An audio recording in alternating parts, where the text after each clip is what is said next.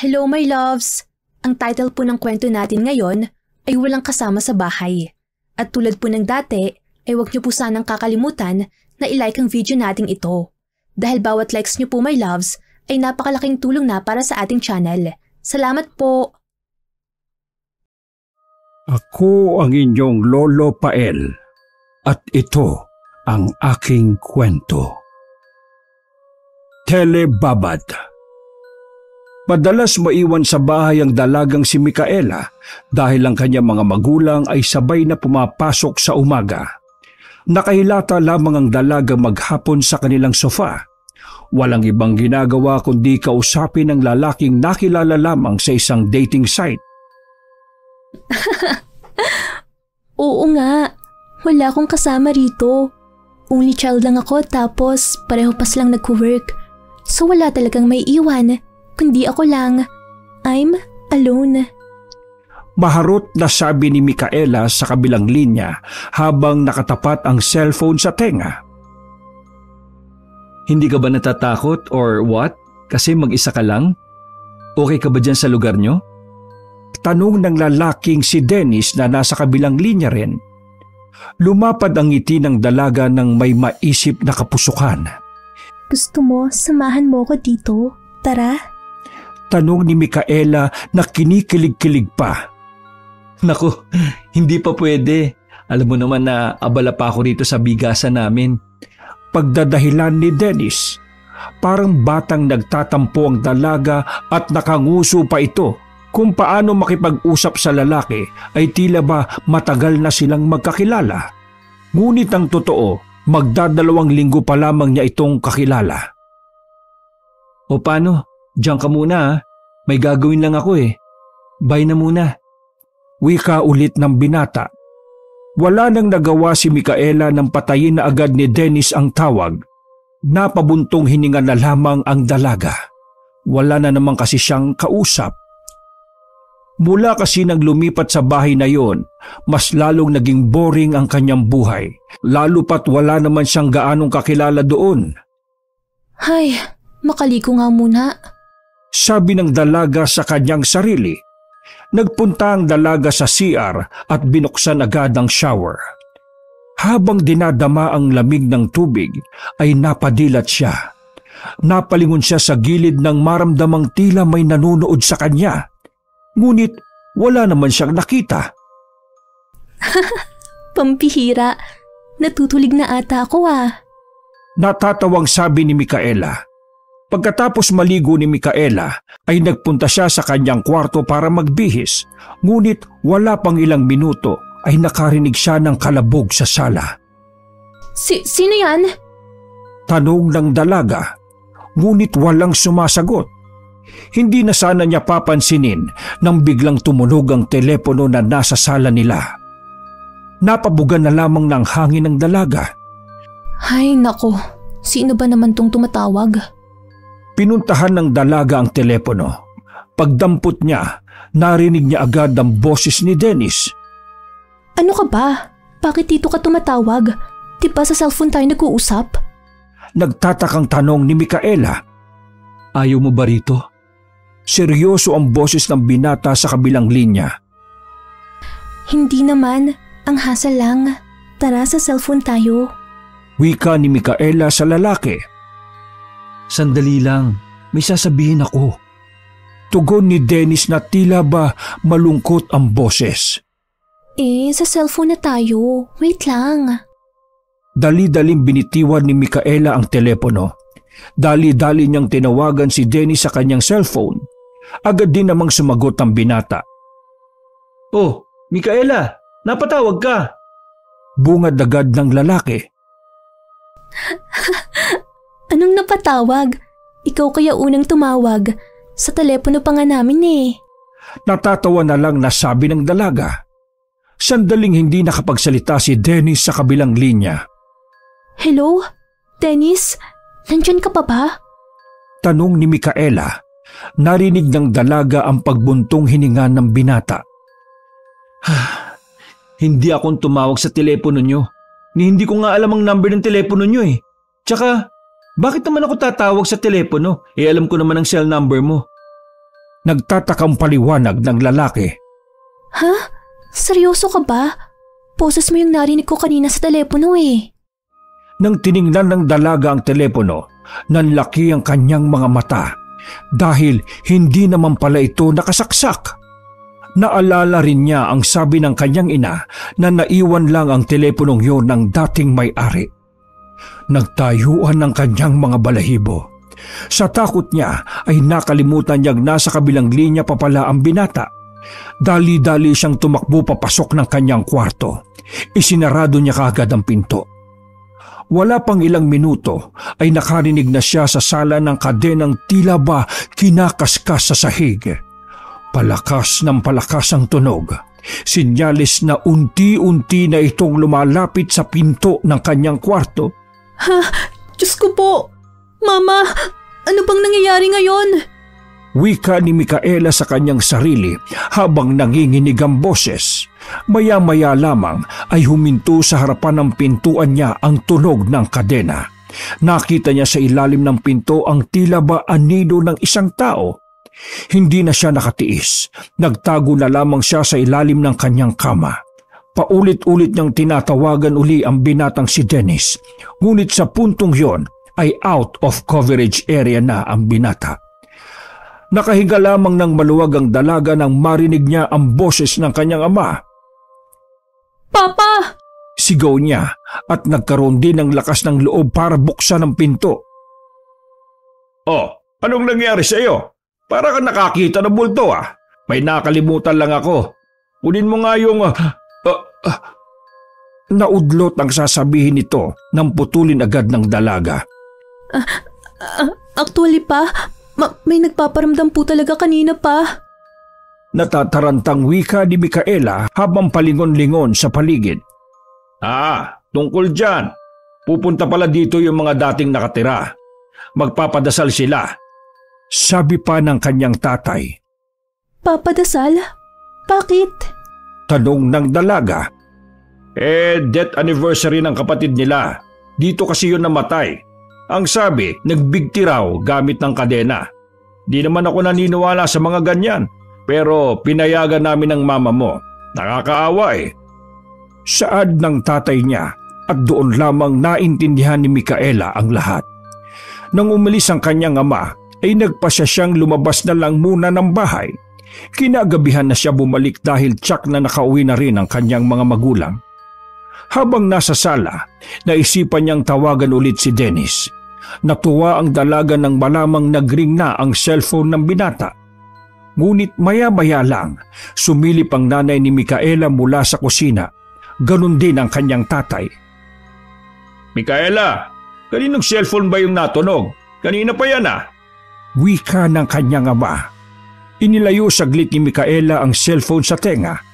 Naririnig niya ang pagring ng isang cellphone na nagmumula sa kanilang storage room. Pumunta silang tatlo doon dahil sa labis na kuryosidad kung kaninong cellphone yon. Pagbukas nila ng storage room, nahanap nila ang tumutunog na cellphone sa isang kahon. Nanlaki ang mata ni Micaela dahil yung cellphone na yon ang kanya palang tinatawagan. Ma, kanino po ba yung mga gamit na nandito? Tanong ng dalaga. Gamit yan lahat ng lalaking nagpakamatay. Kukunin din nila yan bukas pagkatapos ng padasal. Paliwanag ng ama. Nagtayuan ng balahibo ni Micaela nang mapagtanto na si Dennis pala ang papadasalan kinabukasan dahil ang binatang kanyang nakilala sa isang dating site ay matagal na palang patay. Wakas. Hello my loves! Bago po natin simulan ang ikalawang storya, huwag niyo po sanang kakalimutan na mag-like sa videong ito at mag-subscribe. Salamat po! Salamin. Masaya ang babaeng si Tanya nang makarating na siya sa bahay ng kanyang lolo Ermino. Matagal-tagal na rin kasi siyang nakabisita rito mula nang siya ay mag-aral sa Maynila. Sayang nga po. Lumipat na kasi ng tirahan ng mga pinsan mo, kaya boring ka rito. Wala kasing makakausap bukod sa akin. Pero huwag ka mag-alala. pwede ka naman pumunta sa kanila kasi nandito rin naman sila sa lugar na ito. Nakangiting wika ng matandang si Ermino. Ayos lang ho, Lolo. Huwag niyo akong intindihin. Sa Maynila nga, wala rin po akong makausap kasi mag-isa lang po ako sa dorm. Sanay na po ako, Lo. Tugon ni Tanya. Kahit pa, dapat may makausap ka. Lalo pat araw-araw akong umaalis. Alam mo naman di ba na mahal ko yung manukan natin sa bukid. Dagdag pa ng matanda. Naku, Lolo. Ayos lang po talaga. Huwag po kayong mapahala. Tulad po ng sinabi niya sa akin, pwede naman po akong pumunta kina Kimberly. Kapag po naboboring ako, don't worry, Lolo. I can manage. Masayang sabi ni Tanya. Ang laki na talaga ng pinagbago mo. Nakakatuwa ka kasi maayos kang pinalaki ng mga magulang mo. Ay, siya nga pala, kapag napaakyat ka sa taas, huwag mo aalisin yung tela na nakatakip sa malaking salamin, ha? Hindi yun sa atin. Pinatago lang sa atin yon ng kaibigan ng lola mo.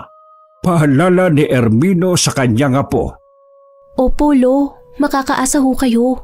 Tugon ni Tanya. Paano? Aalis na ako, ha? Ikaw nang bahala rito, apo. Wika ni Ermino at hinalikan pa sa noo ang apo bago umalis. Agad na humiga ang dalaga sa folding bed na laging hinihigaan ng kanyang lolo. Nakaramdam kagad siya ng antok nang madampian ng malamig na hangin na nagmumula pa sa labas. Hindi na namalaya ni Tanya na nakatulog na pala siya. Bandang 6:00 na ng gabi nang magising siya dahil may narinig siyang tila ba na basag na salamin. Lolo, nandyan ka na ba? Tanong ni Tanya, ngunit walang tumugon sa kanya. Bumangon ang dalaga at pinuntahan ang pinagmulan ng ingay. Umakyat siya sa itaas. Dire-diretso siya dun sa kwarto ng kanyang lolo. Ngunit napahinto na lang siya sa harapan ng isang pinto. Napailing na lang ang dalaga. Siguro. Ito yung sinasabi ni Lolo. Wika niya nang masilip sa loob ang isang salamin. May takip itong kulay itim na tela. Hindi na sana siya papasok doon, ngunit bigla na lamang nalaglag ang telang tumatakip sa salamin. Kinuha niya ang tela at ibabalik na lang sana, pero naramdaman na lang niya na tila ba may nakamasid sa kanya sa kwartong yon. Bigla na lamang bumigat ang kanyang pakiramdam noong mga sandaling yon. Sinuyod niya ng tingin ng buong silid, ngunit wala naman siyang nakita. Pagbalik ng kanyang tingin sa salamin, nagulat ang dalaga nang bigla na lang yung nabasag. Ay, shit! Bakit nabasag? Lalapitan sana ulit ng dalaga yon, ngunit napaatras siya nang makitang may nabuong imahe sa basag na salamin. Tila isang madreng nakaitim ang imaheng nandun. Agad na nagtayuan ng mga balahibo ni Tanya at naisip na lang sana niyang lumabas. Kaso nga lang, sunod-sunod na nabasag ang salamin hanggang sa magkalasa na ito sa maraming piraso. Ay, Mama! Sigaw na lang ng dalaga nang makita niya ang madre na nakatayo na sa gilid ng bintana. Nakalabas na ito sa salamin. Nakatalikod lamang ito kay Tanya. Sino ho kayo? Nagtataka at kinakabahang tanong ng dalaga. Dahan-dahang humarap ang madre sa kanya. Lalong lumakas ang tibok ng puso ni Tanya nang makita ang itsura ng madre. Nangingitim ang mga mata nito. Tila naaagnas na rin ang maputi nitong mukha. Nang ngumiti ang madre sa kanya, hindi na siya nagdalawang isip na lumabas sa kwartong yon. Lolo! Yung madre! Lumabas po sa may salamin! Bungad ni Tanya sa matandang si Ermino nang kararating lang nitong galing sa labas. Natanggal ang tela! Tanong ng kanyang lolo. Kusa pong nahulog. Wala po kong ginawa. Paliwanag ni Tanya. Hindi na nagsalita pa ang kanyang lolo. Dinala muna siya nito sa kanyang mga pinsan. Pagdating ng 9:00 ng gabi ay sinundo na siya ng kanyang lolo. Dito na pinaliwanag ng kanyang lolo Ermino kung ano nga ba talaga ang meron sa salamin na yon. Base sa matanda, ang salamin daw na yon ay bigay ng kaibigan ng kanyang lola, si Musila. Ang kaibigan daw ng lola niya ay isang madre na biktima ng pang-aabuso ng mga Hapon. Ginahasa at pagkatapos ay pinatay na lamang. Kaya dapat hindi tinatanggal ang tela na nakatakip doon kasi lumalabas ang madring si Musila. Kahit ako, hindi ko rin alam kung anong pwede niyang magawa sa akin. Paliwanag ni Ermino sa apo. Lo, bakit po kasi di niyo nalang itapon yung salamin na yon? Tanong ni Tanya habang nasa sala sila. Kahit itapon mo yan, babalik at babalik yan sa kinatatayuan niya. Dahil ang makakapag-alis lang ng salamin na yan dito sa pamamahay na ito, walang iba kundi ang asawa ni Musila na hindi ko na alam kung nasaan. Wika ng kanyang lolo. Magmula noong malaman ni Tanya ang kwentong yon, ay pansamantala muna siyang nakituloy sa kanyang mga pinsan. Ilang araw kasi matapos niyang makita ang madre, palagi nang may nagpaparamdam sa kanya sa bahay ng kanyang lolo. Nanatili pa rin ang nasabing salamin sa bahay na yon at habang nandun yon ay mananatiling buhay ang kaluluwa ng madring si Musila. Wakas. Hello my loves! Shout out po sa mga naabutan kong comments sa ating Basement Horror Stories.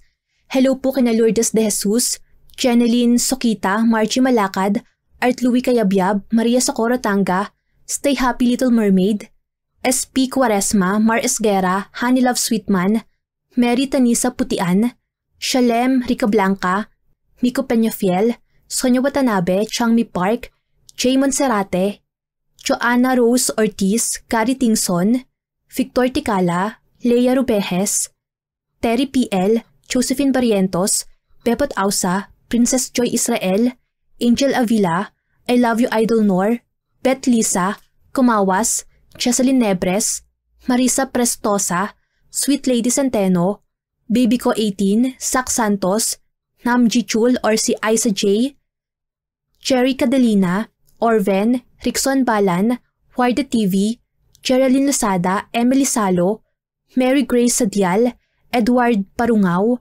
Sheila Micosa, Mirna Boho, Rebecca Corpin, Lara Alberto, Rina Adapon, Wendell Ancahas, Maika, Timples Yumi, hello din po kay Ma'am Arnalyn Anderino, Mel Santa Rita, hello din po kay Ma'am Noemi Taduran, Glenda Capasio and Janelle May Bustero.